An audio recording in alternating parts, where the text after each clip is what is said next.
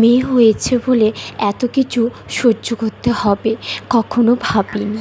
Hello everyone, আসসালামু আলাইকুম, শুভ সকাল, গুড মর্নিং সবাইকে। আশা করি সবাই ভালো আছেন আর আমিও ভালো আছি, কারণ আমাকে ভালো থাকতে হবে শুধুমাত্র মেয়ের জন্য। এই সমাজ কারোর মেয়ে হলে এখনও সমাজ মেনে নিতে পারে না, কারণ মেয়ে হলে সবাই ভাবে যে বংশকে বাড়াবে, মেয়েকে অনেক কিছু দিয়ে বিয়ে দিতে হবে, তাই ছেলে হলেই ভালো। কিন্তু একটা মেয়ে হলে যে তার সঙ্গে সংসার করতে চাইবে না, এটা মানা যায় না। শুধুমাত্র ছেলে হয়নি বলে সংসার করবে না, এটা ভাবতেও অবাক লাগে।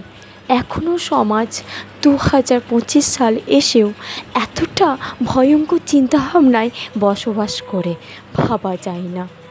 একটা মেয়ে তাকে এই সমাজে নিয়ে এসেছে, তাও এতটা ঘৃণা। যাই হোক, এটা একজনের কথা শেয়ার করলাম। প্লিজ আপনারা এই চিন্তাভাবনায় বসবাস করবেন না। সবাই ভালো থাকবেন। খোদা হাফেজ।